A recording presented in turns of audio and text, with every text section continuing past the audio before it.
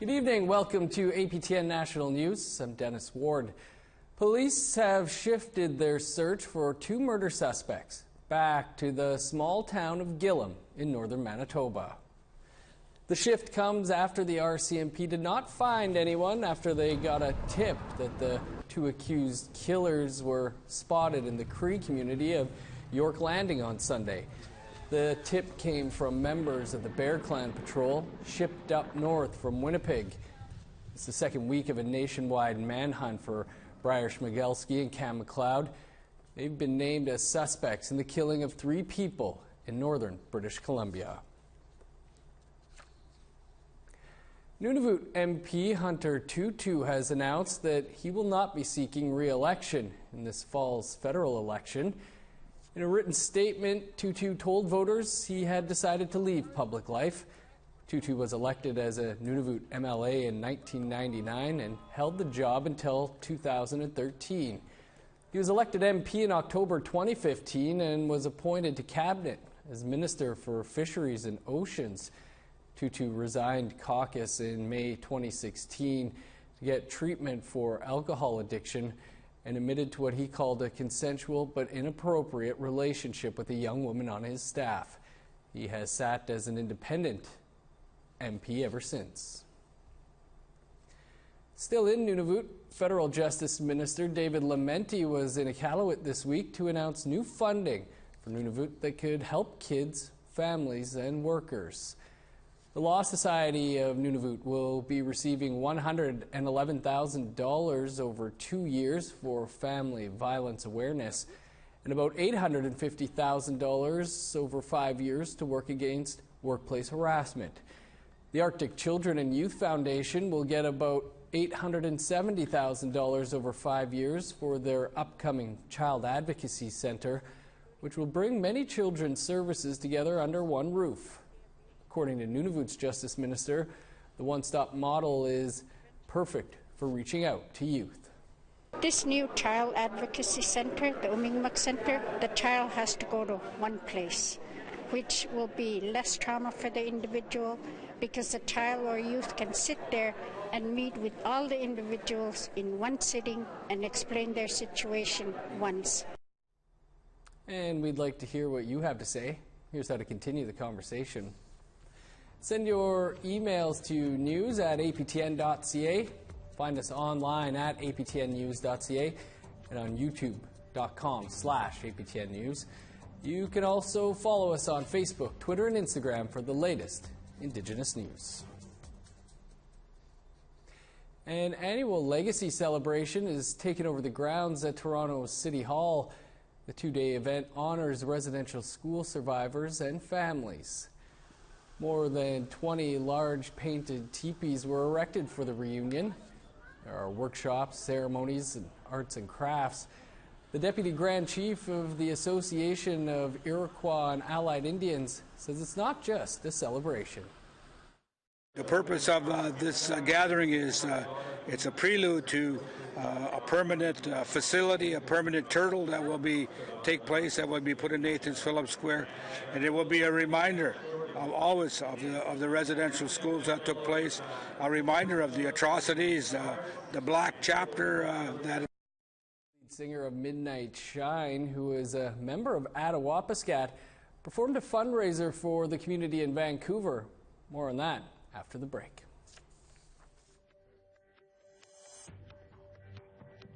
Here's a look at Wednesday's weather forecast starting on the East Coast. 30 with showers for Fredericton, Charlottetown, and Halifax. Rain in Nain with a high of 9. 8 in rain for the Grand River. 25 with showers for Montreal. Sunny skies, and 23 in Val-d'Or. Partly cloudy for Toronto and Peterborough with a high of 27. 28 in rain in Ottawa. 26 under the sun for Thunder Bay, Elliott Lake, and Sioux Lookout. 22 and rain for Churchill and Puckatawagan. Showers and 26 for God's Lake. 28 under sunny skies in Winnipeg. 29 with the sun in Gimli and Brandon. 30 in Regina and Swift Current. 28 and sunny for Saskatoon. 25 in Meadow Lake. 25 in La Ronge with rain.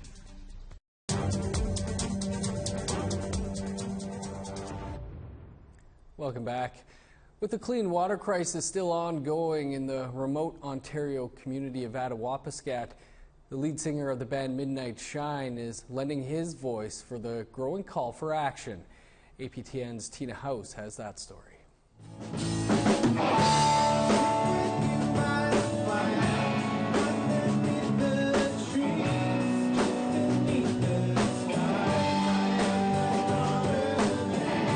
Midnight Shine is in Vancouver, rehearsing to play at the Vancouver Folk Festival. But putting on a good show is not their only concern these days. The all-Indigenous Cree Band is also from the remote Northern Ontario reserve of Attawapiskat, where clean water is just a pipe dream.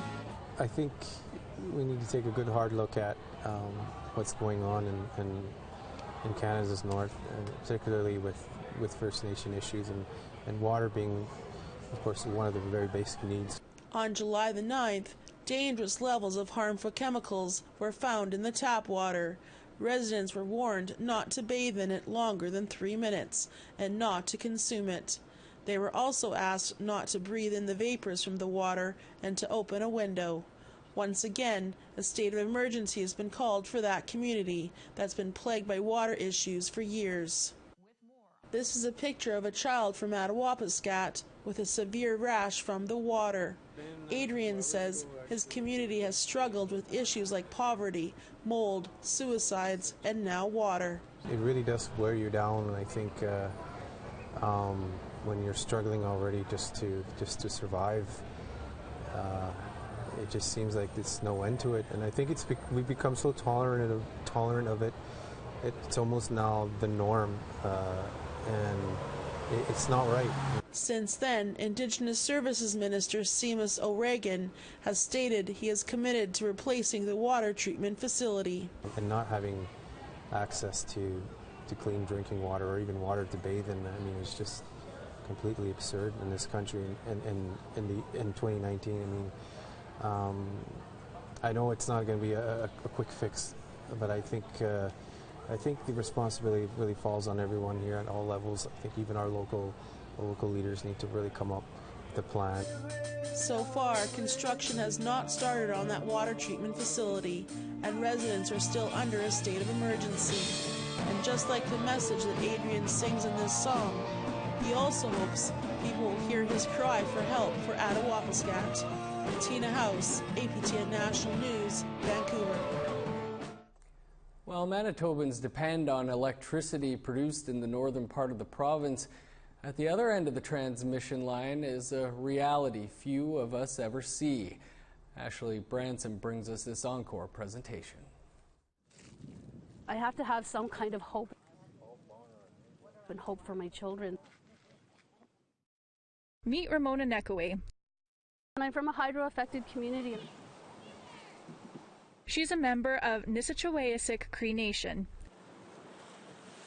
Focus a lot of my research on the impacts and effects of hydro and the production of hydro.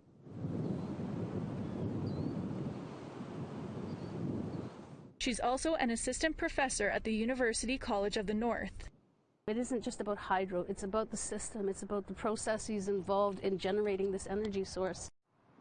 People, I think, who use the energy don't know that, and the environmental consequences are so great.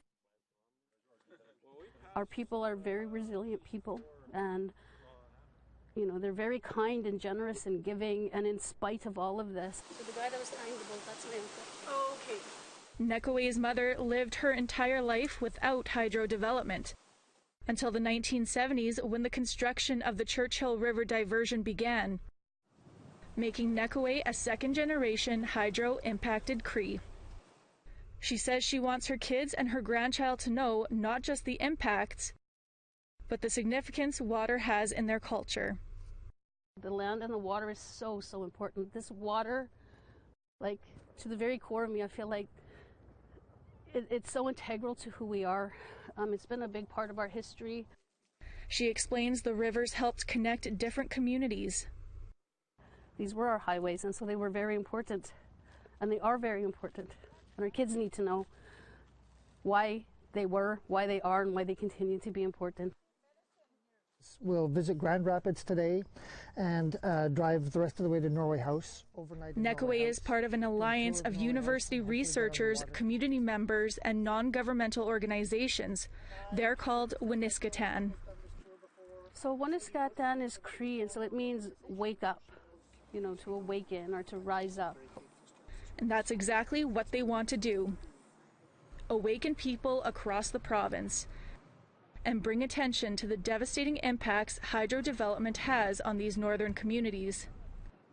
Winiskatan is ready to begin their annual tour of northern Cree nations. Their first stop is Attawapiskat Cree Nation, over 400 kilometers north of Winnipeg. Elder Gerald McKay greets the alliance with a meal of freshly caught fish. He shares stories about how hydro took over their community in the 60s by bringing in outsiders.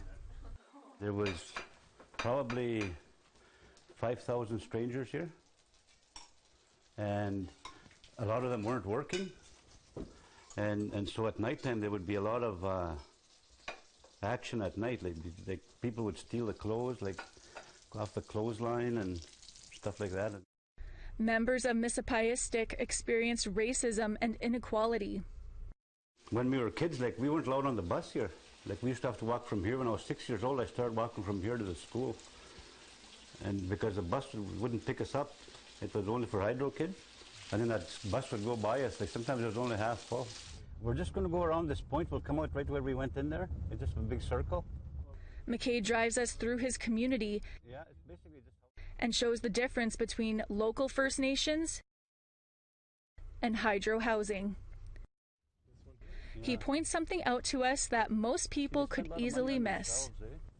There's 2 meters right here, look. To the right. Oh, yeah. One house, 2 meters.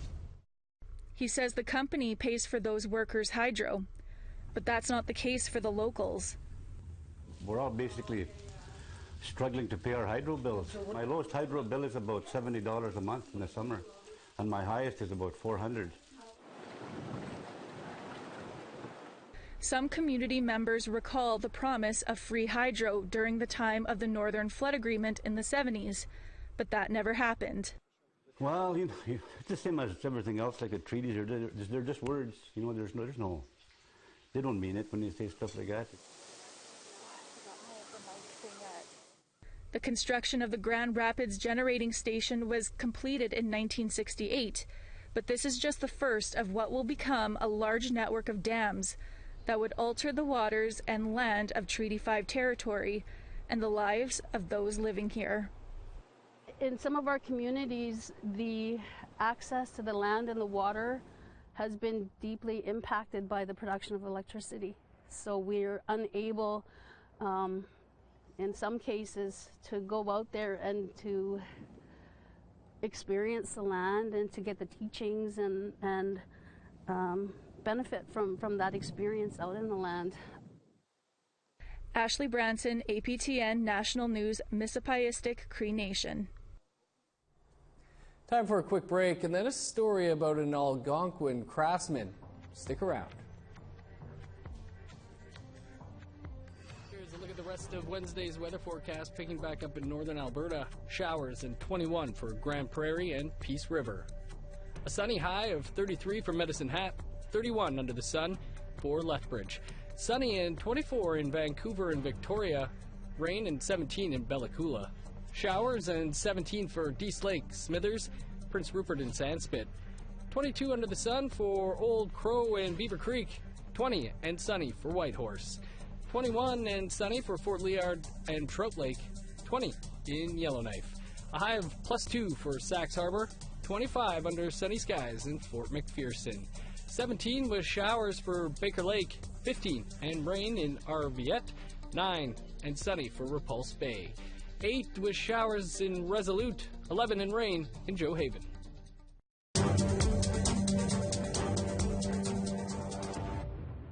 Welcome back. A new book by Canadian-based Polish author Joanna Gierak-Onosko has become a hit in Poland. The 27 Deaths of Tony Obed chronicles the life of Obed, including residential school. Poland is now learning about a part of Canadian history they had never heard of before. Joanna joins us from Warsaw, Poland, to discuss the book and its popularity. Joanna, thanks for joining us. What originally made you interested in Tony Obed's story? Well, first of all, thank you for having me. Back in the day, in 2016, I was living in Toronto, and together with many Canadians, I was watching Justin Trudeau, Prime Minister Justin Trudeau coming to Goose Bay to offer his apology to reconcile with the survivors of the residential schools in Canada, in Labrador and Newfoundland especially. And I thought it's an amazing story that's not widely known in my country and in Europe. So I thought that as a journalist, I should do everything to study it and to be diligent and to cover it for European readers. It really was an emotional day, and watching Tony there was really something that day. How did the two of you collaborate?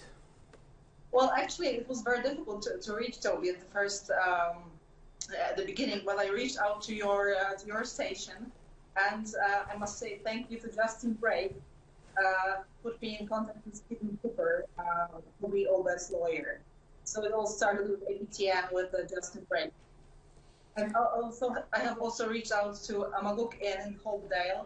I wanted to get in touch with Toby himself. And finally, Toby responded, and we spent a couple of hours talking. And so, what's been the reaction in Poland to the book? Well, it's overwhelming because although Toby is a leading character, but also many other Canadians, many other survivors are depicted in the book. The book tells their story. It's a Canadian story, but it's also a very universal one. So it resonates really greatly. It resonates great in Poland too, because it's a story about a crime without punishment. Of course, there'll be many people over here interested in the story. Will it be available in English? Yes, we hope so. The book has been maybe 7 weeks now in Poland. So our very next step is to get a proper translation and get published in English, especially for the Canadian markets. Well, we look forward to it. And Joanna, I appreciate you taking some time for us. Thank you very much for having me. Thank you very much. An Algonquin craftsman is doing his part to reduce his ecological footprint, but he's also making sure his customers do the same. Our Amber Bernard reports. Danu Charette is an Algonquin craftsman from Cantley who works just outside Gatineau, Quebec. He's been in the business for 2 years. He picked up the craft from his father. When they kill an animal, they use every part of it, no waste. So I try to do the same thing with the woods. Every part of the woods, as the same as a branch, the little branch can do something.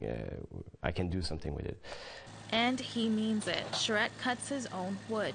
I can do my cuts. I try to make the best of every part of the woods. It's important to him that no part of a tree is wasted. He also asks his customers to sign a waiver promising never to trash the furniture he sells to them. And that's why I make sign the waiver, because if they laugh to me and they, no, I won't sing, so I won't do furniture. I know you're going to throw it away in 10 years, so I won't do it. He feels obligated to create eco-friendly furniture because he does not see enough of it out there. There's so many industry that don't care about their waste and everything, so I have to do my part, and I have to do my part. I do my part. So Charette says he respects the trees and has always felt a deep connection to nature. I work with woods. I like those trees when they're living, but they have to be cut down so I can make furniture. But I love them when they're alive. So that's a weird relation I have with those trees. But I make sure they have a long life after their first life. Yeah. Each waiver includes extra lines for more people to sign in case the original owner decides to sell their item to someone else in the future. So if we can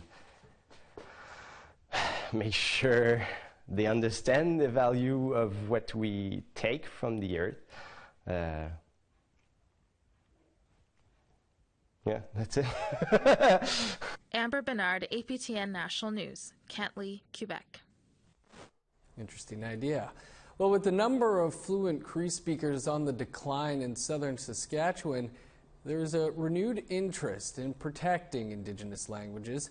And as CTV's Craftsmanship tells us, that's exactly what's happening 30 minutes northwest of Prince Albert, where a number of people have gathered to take in the traditions and culture of the Cree people.